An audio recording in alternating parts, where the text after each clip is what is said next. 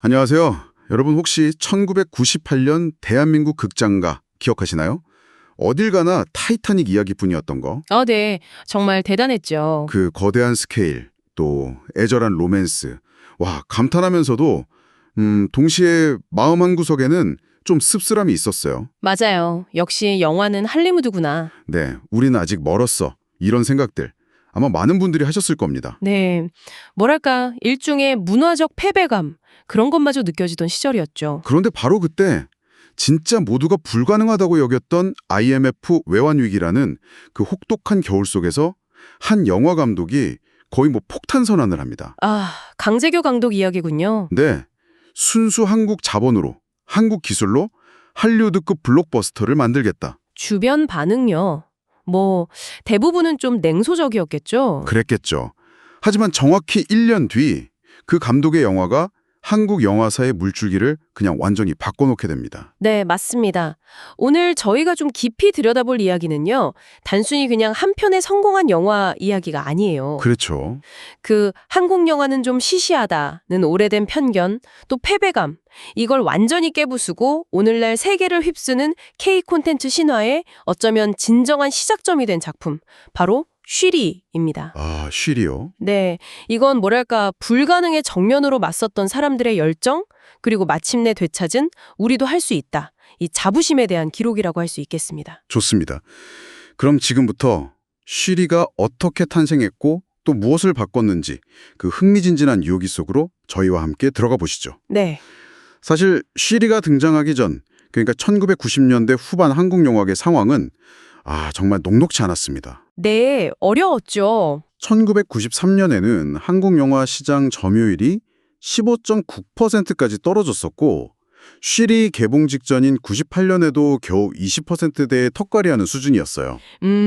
그러니까 극장에 걸린 영화 10편 중에 8편 이상이 할리우드 영화거나 다른 외국 영화였다는 거죠. 맞아요.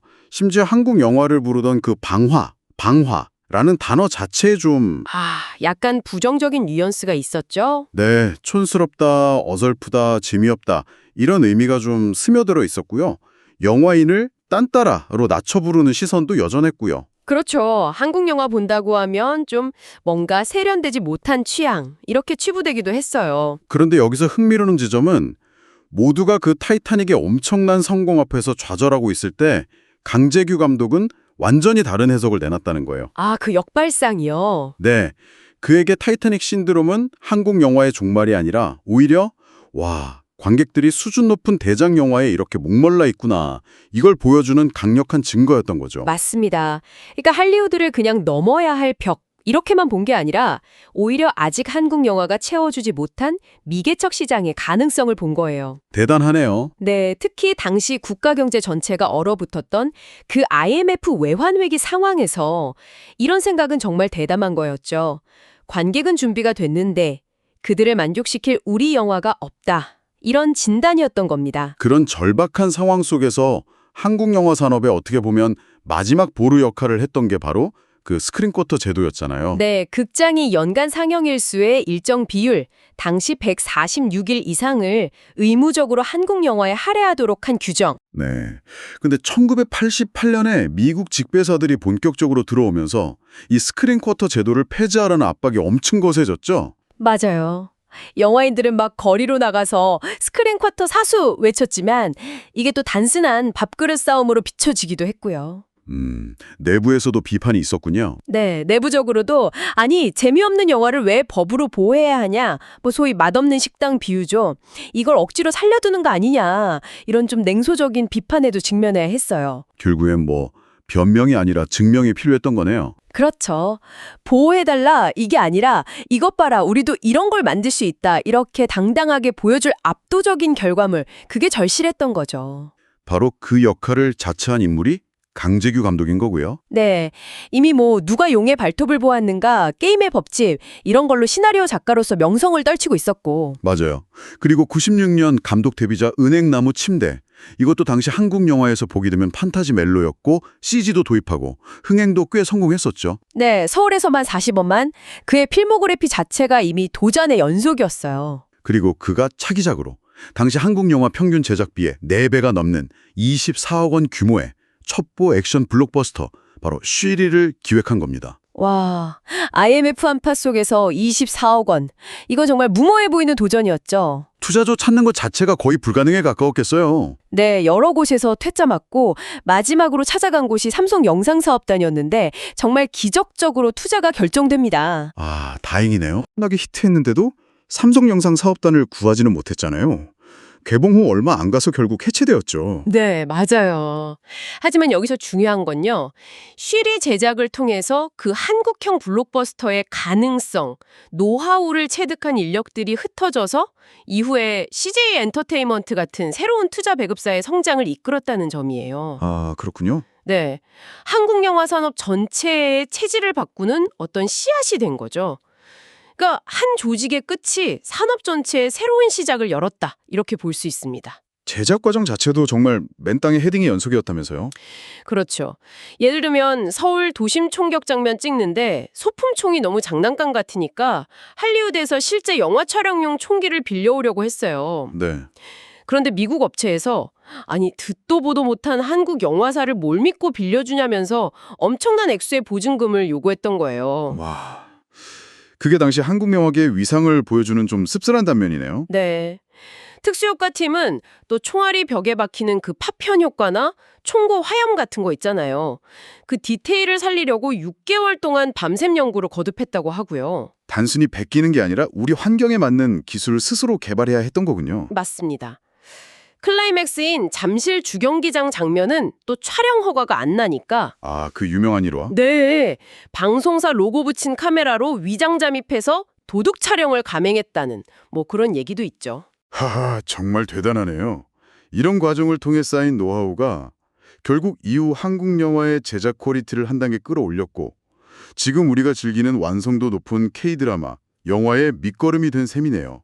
네, 그렇죠. 그만큼 절박했고 또 불가능의 가능으로 만들어야 한다는 의지가 강했던 겁니다. 단순히 영화 한 편 만드는 게 아니라 정말 한국 영화의 역사를 새로 쓰겠다. 이런 집념 같은 게 느껴지죠. 이런 어떻게 보면 무모해 보이는 도전에 당대 최고의 배우들이 힘을 보탰다는 것도 대단해요. 한석규, 최민식, 송강호 씨, 그리고 당시엔 신인이었던 김윤진 씨까지. 네, 특히 한석규 씨는 그때 접속, 8월의 크리스마스 이런 걸로 정말 최고 주가를 달리던 시절이었잖아요. 맞아요. 여기에는 강재규 감독의 캐스팅 철학도 좀 작용을 했어요. 그는 전형적인 액션 영웅 대신에 우리 주변에 있을 법한 좀 평범한 얼굴의 첩보 여원. 이걸 한석규 씨에게서 본 거죠. 아, 그렇군요. 또 북한 특수부대 리더 박무영 역할의 최민식 씨. 이 캐릭터도 단순한 악당이 아니라 자신만의 신념과 슬픔을 가진 입체적인 인물로 그려내고자 했고요. 이런 새로운 접근이 배우들의 마음을 움직였던 거죠. 배우들 역시 이 시나리오가 단순히 그냥 오락영화를 넘어서 분단된 조국의 현실, 또 그 속에서 고뇌하는 인간의 모습을 깊이 있게 다루고 있다는 점을 간파했던 것 같아요.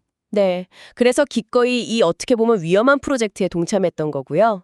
자, 최고의 스태프와 배우, 전례 없는 자본까지 모였습니다. 이제 이 모든 것을 아우르는 이야기의 힘이 중요했을 텐데요. 제목인 쉬리부터가 굉장히 상징적이잖아요. 낡은 상류에만 서식하는 한국 토종 민물고기죠. 남과 북으로 나뉘었지만 결국 하나의 뿌리를 가진 우리 민족을 은유하는 참 아름다우면서도 슬픈 이름입니다. 그런데 영화 속에서는 이 쉬리라는 이름이 북한 특수부대가 남한 사회를 파괴하려는 작전의 암호명으로 쓰인단 말이죠. 네, 그 아이러니. 우리 민족을 상징하는 이름으로 서로를 겨눠야 하는 그 분단의 비극. 이걸 제목 자체에 담고 있는 거예요. 쉬리가 이전의 반공 영화들과 결정적으로 달랐던 지점도 바로 여기에 있는 것 같아요. 그렇죠. 과거 영화들이 북한군을 그냥 이념에 미친 괴물, 비인간적인 존재로만 묘사했다면 쉬리는 그들 역시 분단이라는 거대한 비극이 낳은 피해자일 수 있다. 이런 시선을 보여줍니다. 영화 초반에 나오는 북한 특수 8군단의 그 혹독한 훈련 장면은 정말 충격적이었는데 네. 충격적이지만 동시에 그들이 왜 저렇게 될 수밖에 없었는지 그들의 어떤 인간적인 고뇌와 실험 같은 것을 슬쩍 내비치죠. 맞아요. 관객들은 처음으로 스크린 속 북한 공작원의 눈빛에서 단순한 증오나 광기가 아니라 어떤 깊은 슬픔과 상처 같은 걸 발견하게 되는 거예요. 왜 저들은 저런 괴물이 되어야만 했을까? 이런 질문을 던지게 만드는 거죠. 네, 이건 선악의 이분법을 넘어서 비극과 비극이 충돌하는 모습을 보여주면서 관객들에게 훨씬 더 깊은 감정적 파장을 일으켰습니다. 그리고 이 영화의 어떤 정서적인 핵심에는 남한요원 유중원, 한석규 씨죠. 그리고 그의 연인이자 북한 최정예 스나이퍼였던 이방희, 김윤진 씨. 이 둘의 비극적인 사랑 이야기가 또 자리 잡고 있고요. 네, 이들의 관계를 상징하는 것이 바로 그 키싱구람이라는 열대어잖아요. 아, 맞아요. 영화 속 명대사죠. 명현, 김윤진 씨가 중원, 한석규 씨에게 말하죠. 키싱구라미는요, 한 마리가 죽으면 남은 한 마리도 슬퍼서 따라 죽는데요. 이 대사가 두 연인의 파멸적인 운명을 암시하는 동시에 남과 북의 관계에 대한 아주 강력한 은유로 작용합니다. 어떤 의미죠? 서로 총부리를 겨누고 있지만 결국 한쪽이 무너지면 다른 한쪽도 온전할 수 없는, 정말 때려야 뗄 수 없는 운명 공동체다. 이런 메시지를 던지는 거죠. 아, 그렇군요. 네. 단순 액션이 아니라 이런 분단 현실에 대한 깊은 질문과 슬픈 사랑 이야기가 결합되었기 때문에 관객의 마음을 그렇게 강하게 흔들 수 있었던 겁니다. 드디어 1999년 2월 13일 쉬리가 개봉했습니다. 당시 극장 앞 풍경은 말 그대로 아수라장이었다고 하더라고요. 네. 표를 구하려는 인파가 극장 건물을 막 몇 바퀴씩 에워쌌다고 하고 안표가 기승을 부렸죠. 인터넷 예매가 없던 시절이니까 새벽부터 줄 서는 건 기본이고요. 그렇죠. 너 쉬리 봤니? 이게 거의 국민적인 인사가 될 정도로 단순한 영화 흥행을 넘어서 하나의 사회현상, 이른바 쉬리 신드롬이 탄생한 겁니다. 흥행 기록은 정말 상상을 초월했죠. 네, 개봉 21일 만에 임권택 감독님의 서편제가 6년간 지켜온 한국 영화 최고 흥행 기록, 서울 104만 명이었는데 이걸 가볍게 넘어섰고요. 와, 최종적으로는 서울 관객 244만, 전국 관객 620만 명이라는 정말 전무후무한 숫자를 기록했습니다. 그 숫자가 어느 정도인지 실감이 잘 안 나는데? 당시 티켓값이 한 6,000원 했고요. 짜장면 한 그릇이 2,500원에서 3,000원 하던 시절이었어요. 그러니까 쉬리 한 편이 벌어들인 총 수입은요, 당시 대한민국 인구 전체에게 짜장면을 한 그릇씩 사주고도 남는 그런 엄청난 금액이었습니다. 하하, 대단하네요.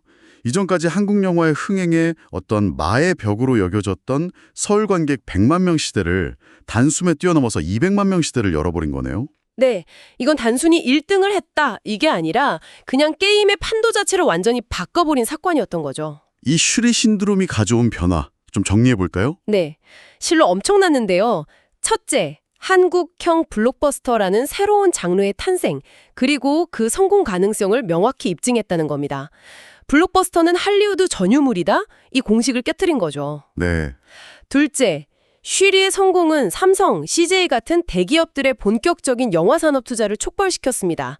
좀 주목구구식이었던 제작 환경에서 벗어나서 산업적인 시스템을 갖추는 계기가 된 거고요. 그리고 어쩌면 가장 중요한 세 번째 변화는 바로 우리 안의 변화였다고 할 수 있겠네요. 맞습니다.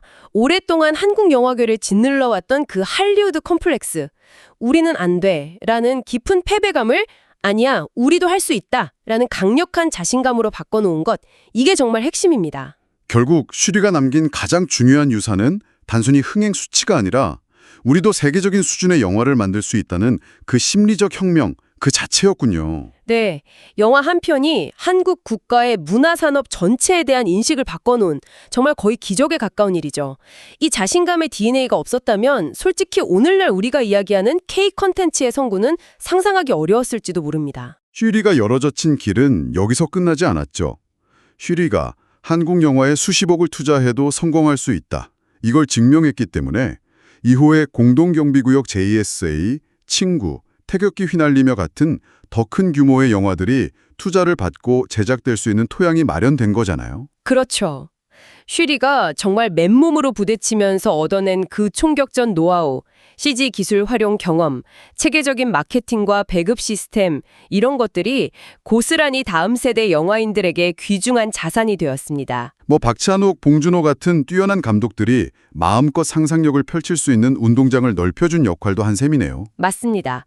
더 나아가서 쉬리는 한국 영화 최초로 일본, 홍콩 같은 아시아 시장에서 큰 성공을 거두면서 한류 영화의 시초가 되기도 했고요. 그래서 K 컨텐츠의 뿌리를 거슬러 올라가면 그 시작점에 쉬리가 있다는데 많은 전문가들이 동의하는 거군요. 네. 하지만 앞서도 계속 강조했지만 쉬리가 일으킨 가장 근본적인 변화는 기술이나 자본의 문제가 아니라 바로 정신의 변화입니다. 정신의 변화요? 네. 쉬리 이전 한국 영화의 목표가 주로 생존, 그러니까 할리우드 공세 속에서 어떻게든 살아남는 것이었다면 쉬리 이후에는 질문 자체가 바뀌었어요. 어떻게 버틸까? 이게 아니라. 우리의 한계는 어디까지일까? 그렇죠. 세계를 상대로 무엇을 보여줄 수 있을까? 이렇게 말이죠. 와, 할 수 있을까라는 물음표가 할 수 있다는 느낌표로 바뀐 순간. 네. 이 거대한 심리적 전환이야말로 20여 년의 시간을 거쳐서 기생충의 오스카상 수상이나 오징어 게임의 세계적인 신드롬으로 이어진 가장 근본적인 동력이었을까 싶습니다. 정말 쉬리는 K 콘텐츠라는 거대한 모닥불을 지핀 작지만 결정적인 첫 번째 불꽃이었네요. 네, 그렇게 볼 수 있죠. 네, 쉬리는 정말 단순한 영화를 넘어서 불가능해 보였던 벽을 깨고 한국 영화의 새로운 시대를 열었을 뿐만 아니라 우리 안에 잠자고 있던 가능성과 자신감을 일깨워준 위대한 도전이었습니다. 오늘 이야기를 마무리하면서 듣고 계신 여러분께 한번 여쭤보고 싶어요. 만약 당신이 온 마음을 다해 추구하는 어떤 일이 있는데 주변의 모든 사람이 야, 그건 미친 짓이야. 절대 안 될 거야.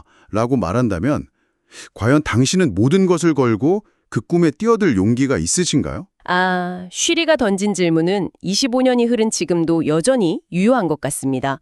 어쩌면 우리가 스스로 그어놓은 한계선, 그 이름이 바로 불가능은 아니었는지 한 번쯤 돌아보게 만드네요. 오늘 저희가 준비한 이야기는 여기까지입니다.